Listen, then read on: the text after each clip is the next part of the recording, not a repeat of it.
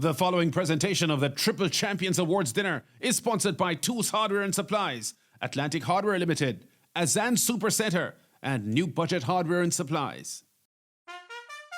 Ladies and gentlemen, Drive Live Enterprises proudly presents the 2019 Triple Champions Awards dinner.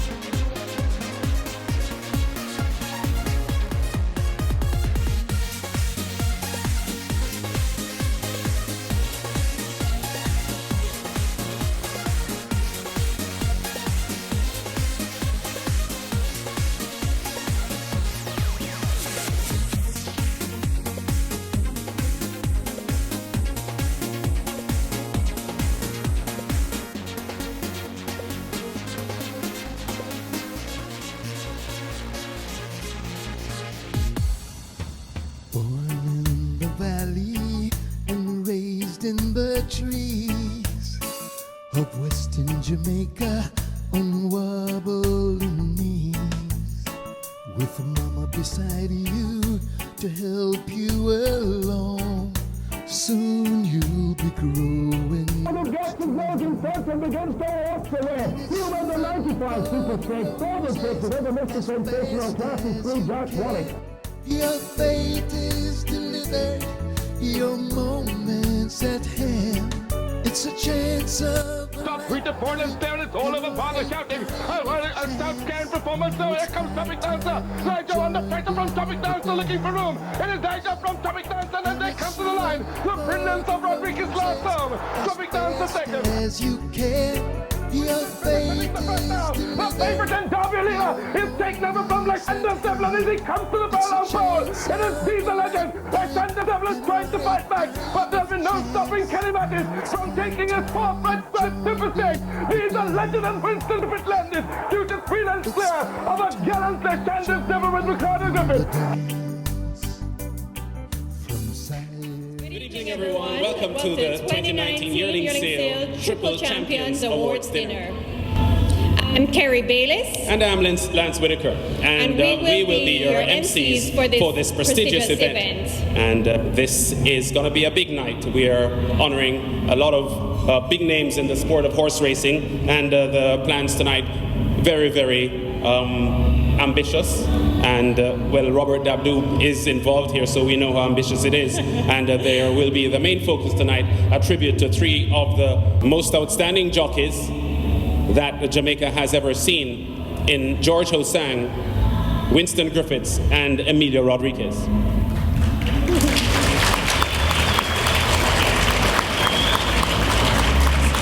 And tonight we will also be recognizing Jamaican trainers who are currently successful in North America. Yeah, and we will be recognizing some of the recent Triple Crown winners. We saw the montage of victories earlier on by Mark My Word, Supreme Soul, and She's a Man-Eater. We intend to highlight Jamaica's re-entry into the Caribbean Classic. Of course, Supreme Soul goes to the Caribbean Classic in December. Supreme Soul, bred at the Ham Stables, trained by leading trainer Anthony Nunes. And now, ladies and gentlemen, we invite to the podium Mr. Andrew Azar, spokesman of the organizing committee, to deliver the welcoming address. To everyone here tonight, thank you so much for coming out and supporting this event. Racing, while being, in my opinion, the most exciting and popular sport in Jamaica, is not only about winning or losing. It is also about the relationships that we have made along the way. It is about the good and great times that we have experienced socially and the camaraderie and friendships that have been built up over the years. As a wise man once said, it is not just about the destination, but enjoy the journey. And those of us involved in racing certainly have a lot of interesting stories to tell about our just journey. Every year, we should have an event such as this one that injects a little glitz, a little glamour, a little pomp, and a little pageantry into our racing product. I have to admit, Emilio, that when I first became a fan of you, it was just because of your name, Emilio Rodriguez. It just sounded nice. I was 12 years old. I said, I like that rider because his name sounds nice. But to be quite honest, in the ensuing years, I recognized that there were several other reasons why I need to like this rider, because he was so tremendous in the saddle. Everyone remembers the Lucky Old Son Derby in 1979, when Lucky Old Son was tired from the top of home stretch, but somehow held off Attaboy and Loverboy Cess and won the event. Winston Griffiths, we share the same birthday, not birth date, but September the 18th. We are not the same age. You are also a September girl. So we are September people here. The legacy that Winston Griffiths has left as a rider, not only in Jamaica, but as a Caribbean force in jockeyship, that legacy is going to be very, very hard to surpass. And we congratulate him on his successes. George HOSANG, what has amazed me about him is the fact that he would have left Jamaica in the mid-1970s, and within a couple of years riding at Woodbine, he became the champion rider there, which is stunning, to be honest. A rider from a little-known country as far as horse racing is concerned, going to the big Woodbine racetrack and becoming champion, and repeating as champion within just a couple of years. I want to say George HOSANG has been a tremendous inspiration to many people in the Caribbean who love horse racing. We've seen other Caribbean riders win titles at Woodbine, Patrick Husbands and Emil Ramsamy, but they took several years before they could get to the level that they were champion riders, and George HOSANG did it in just a couple of years. So congratulations to them all. Ladies and gentlemen, we now invite the chairman of the Betting, Gaming and Lotteries Commission and the Jamaica Racing Commission, Mr. Clovis Metcalf. When Robert Dabdoob came to me in the latter part of last year and said, Clovis, Toba Sale is in trouble. We have 66 entries. And I'm thinking that we need some initiative to push the farms, to push the breeders, to push owners, to push numbers. So what can you do? And he asked if he would stage a triple series, a 2-year-old race and 2 3-year-old races. And I took it back to the board, we discussed it, we looked at it, we thought about the livelihood of the people who depend on racing. And there is over 20,000 people that are depending their livelihood on racing. And we thought, certainly this is a product. It's an exciting product. It employs a lot of people.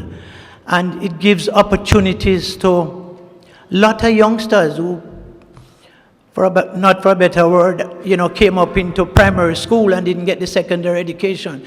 So we thought, yes, let us support this event.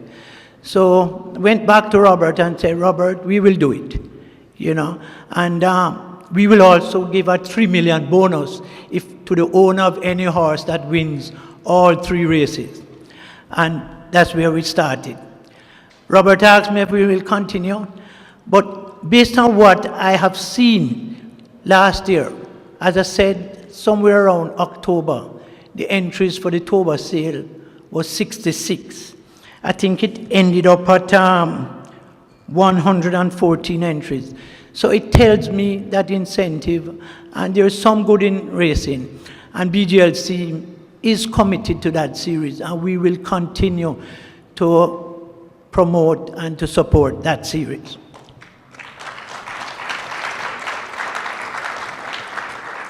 And now we are very privileged to have as our guest Mr. Christopher Lush, the Senior Vice President of Technology, Wagering and Broadcasting at Woodbine Racetrack in Toronto, one of North America's most beautiful and successful racetracks. We at Woodbine are really looking at ways in which we can change, we can innovate, we can update. Horse racing has been around again for centuries. I think it was just mentioned, it's the sport of kings. That said, things are changing, and I think we're in a world today where we're realizing that things are changing. When I first came on board, I was told there's 2 main problems to fix: field size and purses. If I can fix that, everything else is solved. And I said, well, it sounds quite simple when you think about it, And then we really got into the details of, okay, well, not just that, it's whether or not takeouts are an issue. And then breakage, medication, urging rules, quality, everything seems to mix into this. I then said, this is actually micro. We're looking at it from such a micro level. We're looking at it and saying, okay, so we got to fix breakage or takeout. We have to fix these small little things and that's going to fix the industry. It's not true. I think when we all step back and look at it, there's two main problems we have in horse racing today, and that's players and owners. Everything else sits sort of in between. And I think two sides of that fence. And I just heard my colleague who spoke previously talking about ownership, and that's a big piece of what we're looking at. And I've looked at models around the world and figured out what can we do. Syndication, fractional ownership, horse clubs.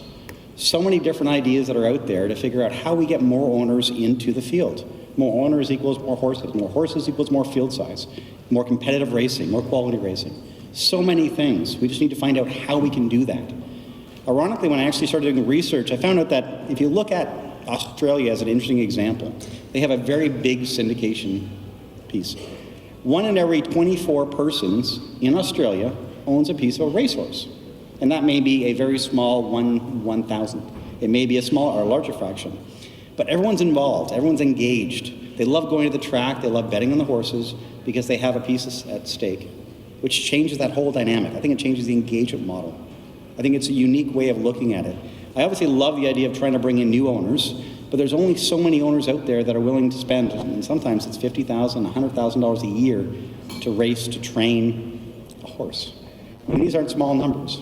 So how do we actually get that group to grow? And the flip side, and this is my specialty, is really players.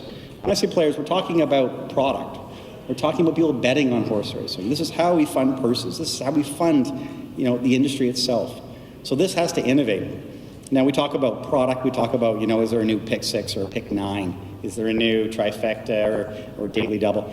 These are variations of our existing product. I think what we need to figure out is how do we attract younger players, younger demographics. The one thing I consistently see is people come to the track and they say, okay, I want to place a bet. How hard is it to place a bet? Well, it's quite simple if you want to place a bet on a horse to win. If you want to start playing exotic wagers, you want to start playing supervectas and trifectas, it's actually a lot more complex. And a lot of people find this not very intuitive and really tough to do. So we need to figure out how do we get products, how do we get platforms, how do we get new wagers into the industry and being able to actually bet on horse racing. We're finding ourselves, I think, and even in North America and across Jamaica, in a bit of a stagnation point. So Woodbine, we've really been looking at innovation. What can we do? So we're looking at mobile platforms. We're looking at figuring out ways of making it innovative, giving tools to young people, bringing in newer and younger demographics to the sport. Ironically, we have a very large platform in Canada we call HPI Bet. And it's a fantastic, basically, online wagering platform. And when I started with the organization, I looked at it and said, this is amazing. I'm really impressed with the capabilities. What are the trends like? And the first thing that came to mind was, we're seeing growth. And I said, that's fantastic, so we're growing. Where are we growing? Can you show me the demographic? And ironically, we're actually growing in the 60 to 70-year-old rate. And we're actually growing in the 80 to 90-year-old numbers. I couldn't believe this. And actually, the 50 to 60-year-olds, we're still seeing a bit of growth. We're seeing declines, 30 to 40-year-olds. Declines in 20 and 30-year-olds. So obviously, we need to do something. We need a way of actually getting younger people engaged in this. And I think that's through mobile products. It's different platforms. And when I talk about globalization, I do talk about Woodbine being that sort of Switzerland in North America. We are very independent and we work with everybody. So my colleague Mike is going to be up in a few minutes to talk about Stronach. And I work very closely with Stronach Racing, and we're not really competitors. We work together in the same field. The same as we work together with a lot of other industries, a lot of other countries around the world, including Jamaica. So I'm not quite sure where we are today, but I just asked my head of simulcast that we're this close to inking a deal to be able to let Canada bet on Jamaican racing. So I was hoping to be able to open my app tomorrow while I'm sitting at, Saturday, while I'm sitting at Caymanas and actually place a bet through a Canadian 80 on a Jamaican race. But I think we're probably a week away, but hopefully that's going to change the dynamics and make this a much smaller world in the end. Ladies and gentlemen, it's now a special honor for me to welcome as one of tonight's guest speakers, Mr. Jose Zahir, General Secretary of the Caribbean Racing Confederation and one of the most influential persons in the growth of the Caribbean Classic, Mr. Zahir.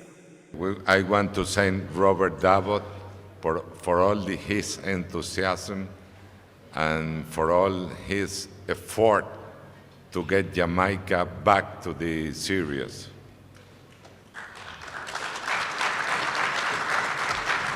The Caribbean Racing Confederation was established in 1964, and then in 1966 we have the first Caribbean Classic, was won for a Venezuelan horse, and the countries that participate in that classic were Colombia, Jamaica, Mexico, Panama, Venezuela, and Puerto Rico.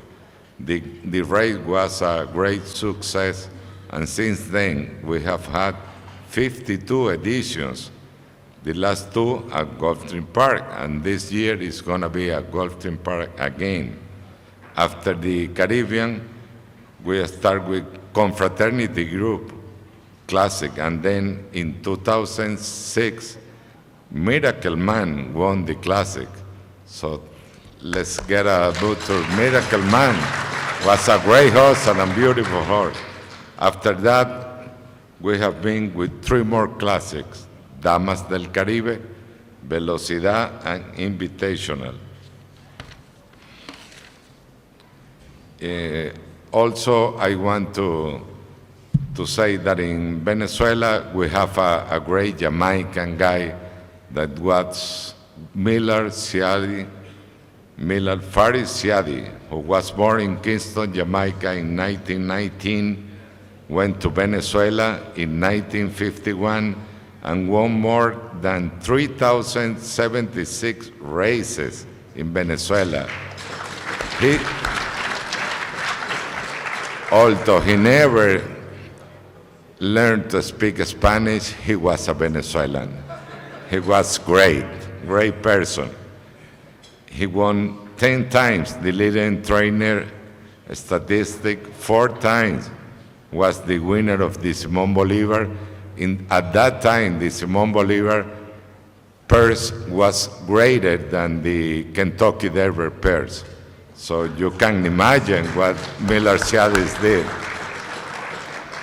He got the record of 160 wins in one season, and there is not enough words to talk about that Jamaican and Venezuelan trainer. Also in the Confederation, we have in Panama the great Henry White. He was called the takeaway. He was very good too. So Jamaica have been exporting not only horses, have been exporting trainers, jockeys, and all of that.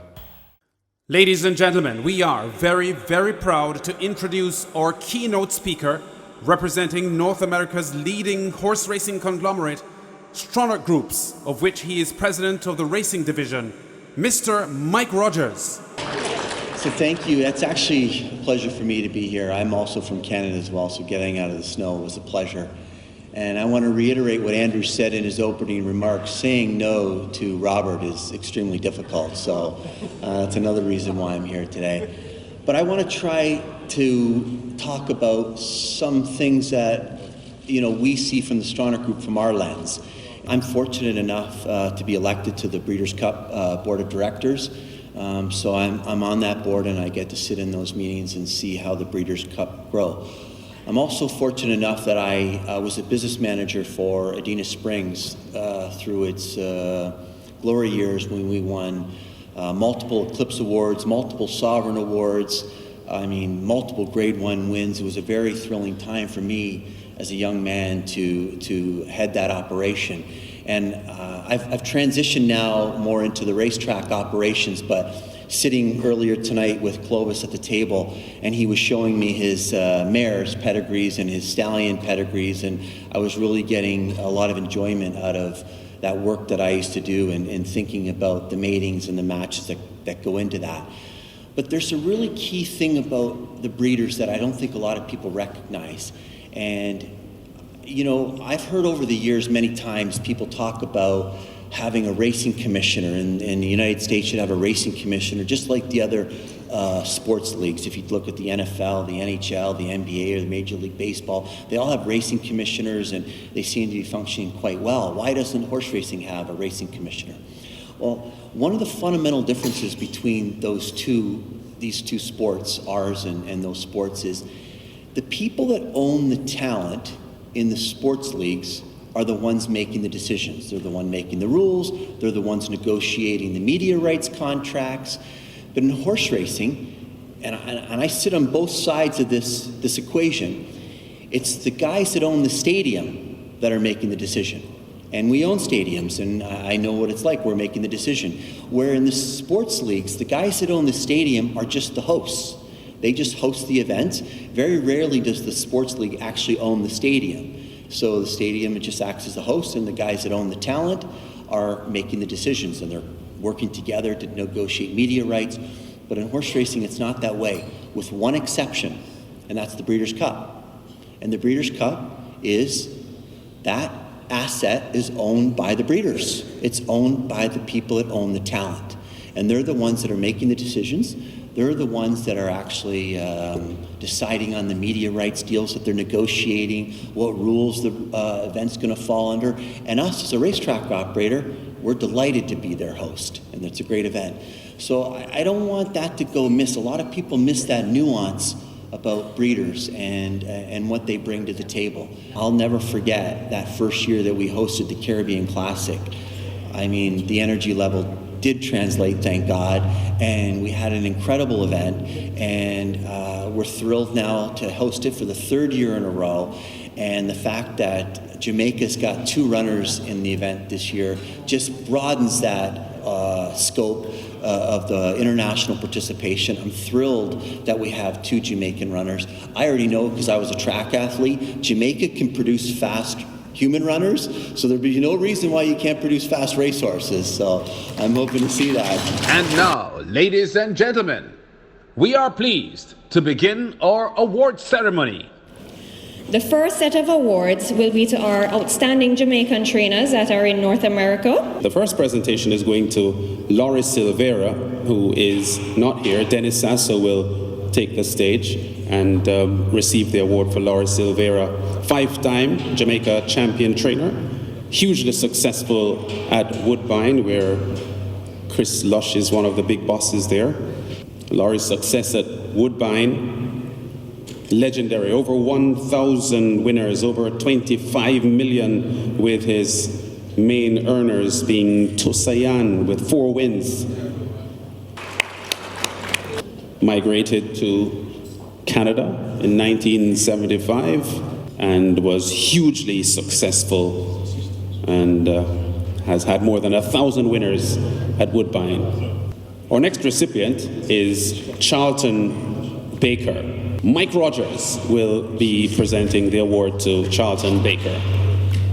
Son of former Jamaica jockey Carl Baker, hugely successful at Finger Lakes, and Charlton has won more than 1,650 races with earnings of over 33 million. And now one of the top trainers, Charlton Baker. Hugely successful, as we said, on the New York circuit.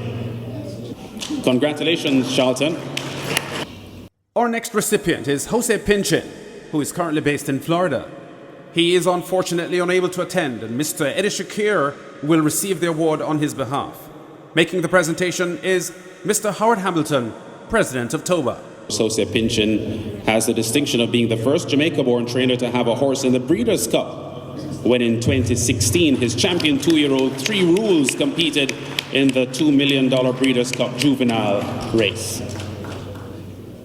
Honor to Mr. Jose Pinchin. Thank you very much. Next presentation to Rowan Crichton, Clovis Metcalf to make the presentation. So far this year, Rowan has won 41 races and over 1 million in purses, with his charges hitting the board 47% of the time. His stable growing significantly in 2019 and doing extremely good work in Florida, and huge stakes wins at Gulfstream Park. He has a horse called Trenchtown Cat, aptly named. Had some stakes victories and so on. Clovis Metcalf makes a presentation to Rowan Crichton. Ray Handel, little known to the Jamaican racing fraternity, but he has career earnings in excess of 5 million and over 100 winners. After realizing his dream of becoming a trainer while he was a young man in Jamaica. Has over 103 victories from 631 starts. Mr. Ray Handel. Ladies and gentlemen, Jason DaCosta receiving his award from Mr. Kent Levy, Director of Supreme Ventures Racing and Entertainment Limited. So over the last 10 years, Jason, son of 18-time champion trainer Wayne DaCosta, has been basically in Florida and Thistledown in Ohio, where he's now presently stabled. The last 3 years has seen his charges finishing in the money upwards of 40% of the time, Jason, winning 51 races in 2017, 49 in 2018. And he, at the moment, has lifetime earnings of over 5 million with 315 winners. Jason DaCosta.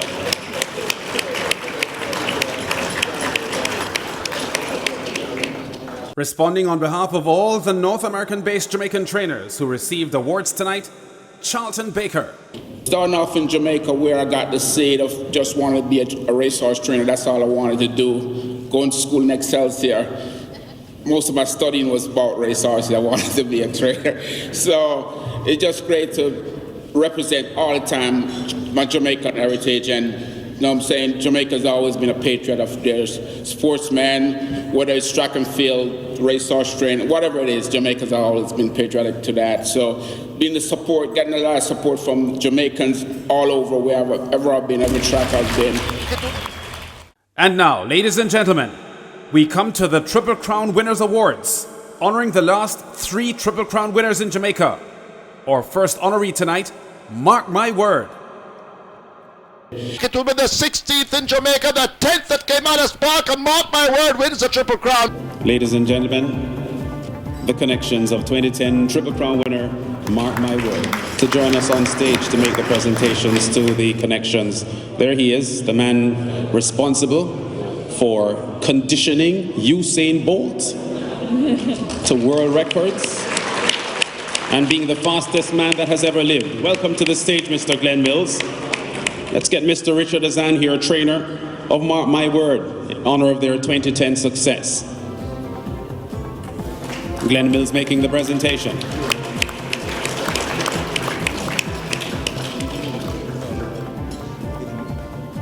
It's a big team, so they have several plaques to be presented to them. It's She's a Man-Eater in the hands of Omar Walker for Winston Kong and Wayne DaCosta Odie. She's a Man-Eater wins the Triple Crown. Collecting the award, Mr. Winston Kong and Wayne DaCosta, if you could please join us on stage.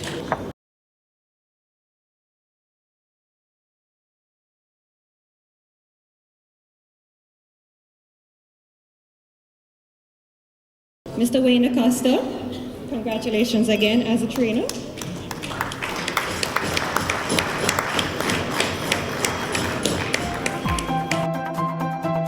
Next up, the most recent of the Triple Crown winners in Caymanas Spark history, Supreme Soul. Supreme Soul is rallying on the rail. What a St. Ledger inside the final 16. Tuna Ciliata fighting Supreme Soul coming once again. Supreme Soul and Tuna Ciliata have gone by. So Mr. Sharp and Lorna Gooden to make the presentations to Shevan Maharaj, his dad. Dio Maharaj. Congratulations, sir, and all the best of luck in the Diamond Mile. Let's welcome now the trainer, Anthony Nunes.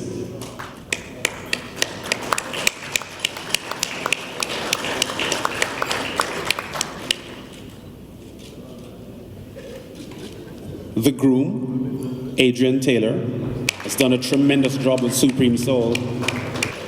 Congratulations. Clovis Metcalf comes up to represent the Ham Stables this time. Before we start our main ceremony tonight, we would like to say a special thanks to our honorary guest, Sandy Hawley. Sandy is a Hall of Fame jockey in both the United States and Canada, and indeed was also inducted in the Canadian Sports Hall of Fame. Sandy was named Canadian Top Athlete in 1976 and also received his country's highest honor, the Order of Canada. Sandy is the first jockey in history to have won over 500 races in 1 year, breaking Bill Shoemaker's record at the time. He won over 6,000 races and in excess of $88.6 million. Sandy and George HOSANG shared many battles on the turf at Woodbine and were great competitors for the jockey's title for a number of years. Off the track, Sandy and George shared a friendship and great mutual respect. We are truly privileged that Sandy would honor us tonight with his presence at this function. And now, ladies and gentlemen, we proudly present the highlight of tonight's function with the awards to our triple champion jockeys, George HOSANG, Emilio Rodriguez, and Winston Griffiths. Winston has won more classic races than anybody in the world. Is he better than George? George will tell you yes. And Emilio will tell you George is better than him, and Fana will tell you that they're better than him. That's what's lovely about these guys. But then you say, well, that's not fair to say about George, because George went to Canada and he became champion twice. And there you go. And Bimbo didn't win as many classic races, but he went to the States, he won over 100. Anyway you put them, these guys are on top. But you know, as much as we love them in the back of our heads, we remember the great races. So I wonder which one is better. So Devious Chris in a discussion with me, and this is a surprise for you, but then we have a surprise for Chris right after. Chris is going to commentate on the 2019 Jamaica Imaginary Derby. And as you heard Robert say, 2019 Imaginary Jamaica Derby. We have George HOSANG riding the Viceroy, Emilio Rodriguez on Thornbird, and Winston Griffiths on Diesel Legend. And let's pick them up coming in to the top of the stretch. They turn for home in the Imaginary Jamaica Derby. Winston Griffiths aboard Diesel Legend on the rail, Emilio Rodriguez on Thornbird in the middle, and on the outside, the Viceroy and George HOSANG. The thoroughbreds head towards the final furlong. Griffiths is all over Diesel Legend. Rodriguez is throwing the works at Thornbird, and on the outside, the Viceroy gets the perfect ride from George HOSANG. And as they come to the 16th pole, the three Derby winners head towards the wire. So, ladies and gentlemen, due to technical difficulties, we have lost the signal, and unfortunately, we will never know who is the greatest of these three champions. In this imaginary derby, there were 3 horses across the track, less than a 16th to run, and a very famous commentator, I will use a phrase from tonight, when he said, the 3 Derby winners hit the wire together in a dramatic finish to the imaginary Jamaica Derby. So, ladies and gentlemen, tonight we have the grand opportunity of honoring the triple champions. A true champion, ladies and gentlemen, rocky start to his career, proceeded to win the title in Jamaica, migrated to Canada, won the title up there. When he arrived in Canada, the word was, we don't really like Jamaicans up here, you know. The second word was, we don't like Chinese people up here, you know.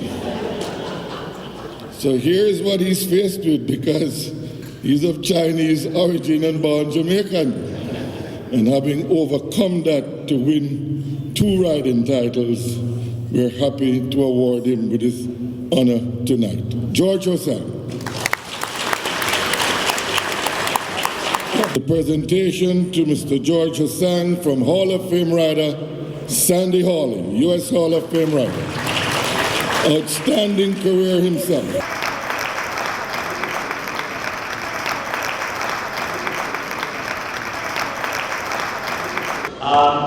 Let me just say a quick thanks to and Super Inventors for such an extravagant night. And I don't want to forget to say thanks to all, each and everyone who ever put me in a race. From the top to the smallest little guy with 1 horse, thanks so much. Our next recipient is the people's favorite.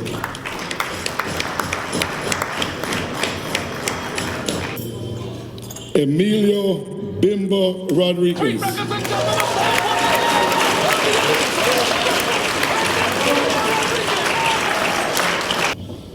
Emilio Rodriguez built his name in Jamaica before venturing to the United States on different occasions, returning home, going back to the U.S., coming back home, to treat his fans at home with the prowess that he showed in the saddle from a very young age.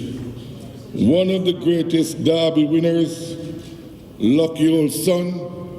For those who were privileged enough to witness that race at the track, knew that if it was not for Emilio Rodriguez, lucky old son would not have been a Derby winner. His venture to the States earned him over 100 victories, and in Jamaica he was champion jockey 3 occasions. I'm going to ask Mr. Mike Rogers to come forward as tonight we honor Emilio Bimbo Rodriguez, who is on stage with his family.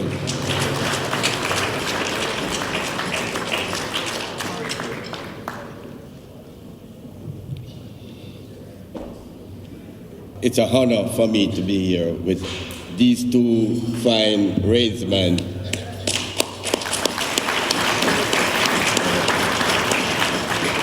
And the colorful speech that Mr. Dabdo gave me, although I don't remember my name one of the times. So. Thank you very much. I appreciate it. Thanks. He begins to sprint away from them. Winston Griffiths will land his first derby this afternoon. Royal Death becomes a super horse in Jamaica. He wins it over the boss and forceful native. Winston Griffiths, known popularly as Fana,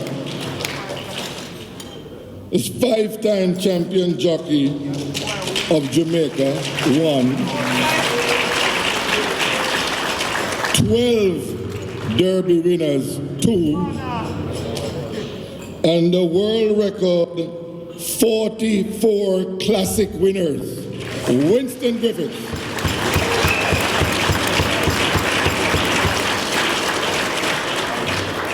It is great for what Toba has done tonight to honor these 3 gentlemen and Winston's closest partner in racing for many years. We are going to invite Mr. Philip Fiani to come forward to make this presentation.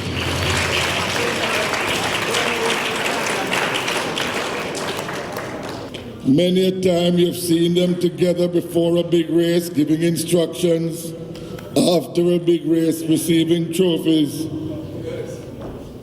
Now tonight, Mr. Fiani will pay tribute to Winston Fana Griffiths.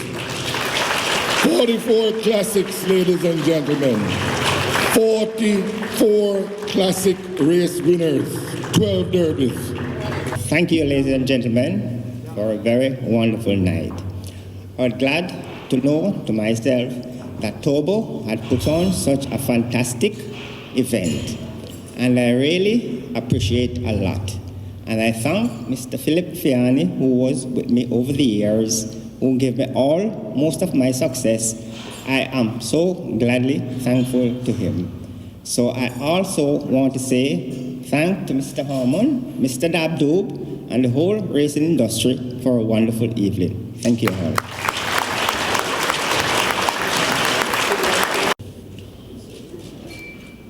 Ladies and gentlemen, the triple champions. Tell them not to leave.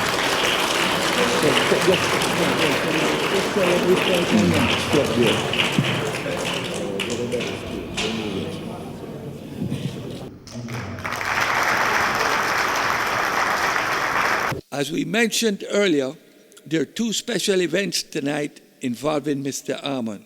The first was the presentation to the champions, which we just witnessed. The other, he's about to discover. And now, ladies and gentlemen, as you've heard, we have a surprise tonight. Surprise even for the recipient. A special honorary award paying tribute to Mr. Racing, commentator and administrator extraordinaire, Christopher Armond.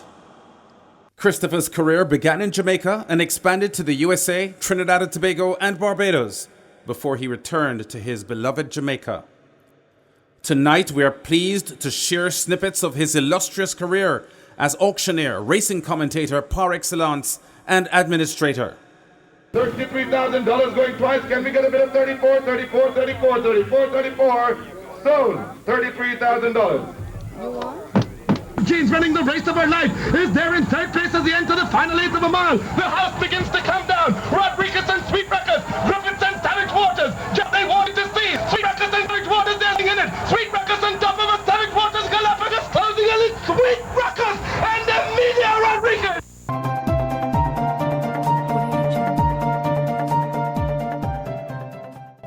Ladies and gentlemen, as a tribute to Mr. Armond, our triple champion awardees, George HOSANG, Emilio Rodriguez, and Winston Griffiths, have agreed to jointly make the presentation.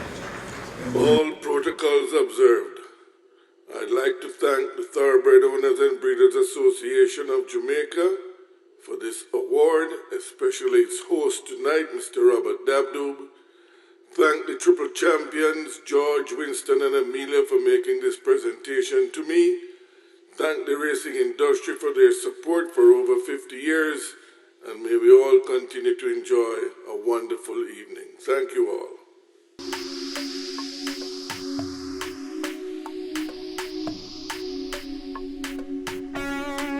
So this is life, the way we want it to be. Running fast and running free. We've paid the price. Face the adversity. Still running fast and running free. I'm not sure there are no losers. Everybody gives, everybody gets. The torch is lit and now we're breaking away. Deputies report just toward the outside of Haversack on the rail. Crusaders shield in the center. Two men are not catching them fast enough. Deputies report put down by Emilio Rodriguez. Two men are closing but late. Deputies report on when the race is run and the battle's won, you'll be shining bright like the stars. We'll be shining bright like the stars. On top of the hill is the way we all wanna be, yes. Running fast and running free. We've got the will, we've got the ability. Stepping high and stepping free. Go to the limit, take it to the wall, and keep your eyes on the golden prize. The pressure's on, but don't you stumble and fall. Follow that voice inside you, saying never give up. You must never give up. You're a winner. You're a golden child. You're a champion. Yes, you are. When the race is run and the battle's won, you'll be shining bright like the stars. You'll be shining bright like the stars.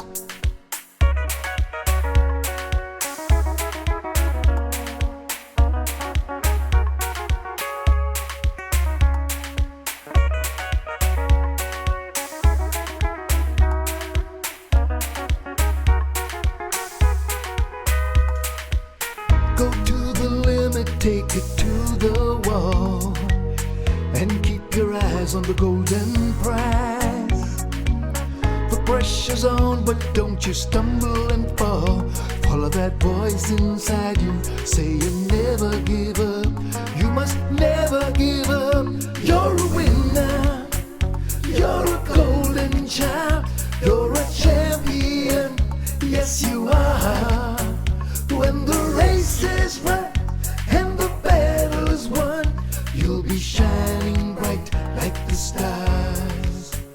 You'll be shining bright like the stars. Oh, now. Hello, gentle people.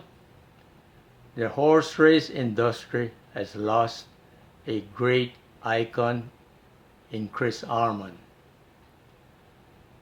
Chris was a good friend of mine who made futuristic changes at Caymanas Park that will not be forgotten for generations to come. Chris used to invite me to Jamaica to ride on big occasions while I was riding in Florida. He used to book all my mounts, all winners, except for the ones that I messed up. Once again, to the Armond family, my condolences for their great loss. Chris, you will always be remembered. God bless. Good friends like Chris are very rare. We are friends for over 45 years. His name for me was Willie Carson. He encouraged me throughout my career and even took me to Canada to gain some experience in riding. He was a dear friend, always smiling, pleasant and vibrant. Chris was more like a brother to me. We share many fond memories. He was a great racing administrator in many different capacities. I will miss him. His friendship was a blessing. Farewell, my friend. I am taking this moment to say condolence to Mr. Armond family and friends. Christopher is a very good friend of mine. We knew one another for over 40 years. The racing industry missed a well-known brother of the soil. Christopher is the person who you can really go to with anything. Any problem you have, just go to Christopher, and Christopher is the person who will always guide you, keep you on the right track. I know Christopher for over 40 years, and I never have a problem with Christopher. All I can say to you, Christopher, sleep well until we meet again on the other side. May God be with you.